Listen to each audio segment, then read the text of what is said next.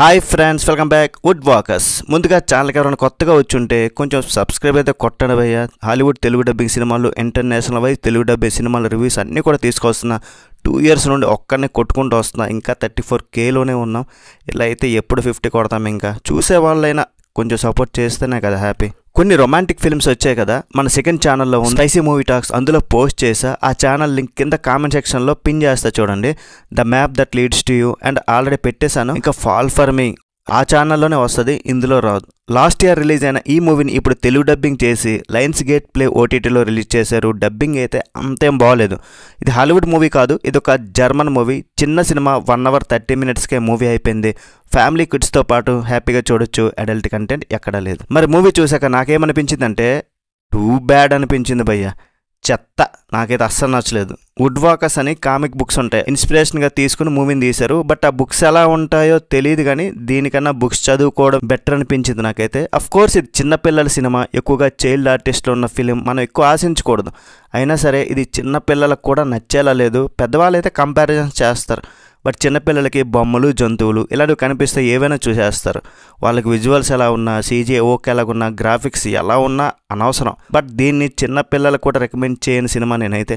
ఎందుకంటే అసలు ఏం లేదు లోపల.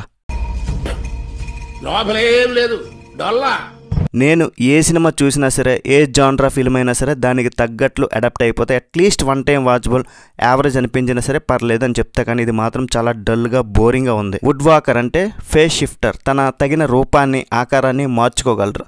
కరాగ్ అని ఒక పిల్లాడు ఉంటాడు, చూడడానికి నార్మల్ పిల్లాడ్లా కనిపిస్తాడు. బట్ తన ఒక వుడ్ వాకర్, ఫారెస్ట్లో ప్యూమాగా పెరిగాడు. ప్రజెంట్ మానవులతో కలిసి జీవిస్తున్నాడు. అయితే తనలాంటి వుడ్ వాకర్స్ కోసం ఒక సీక్రెట్ స్కూల్ ఉంటుంది, అక్కడ చేరుతాడు.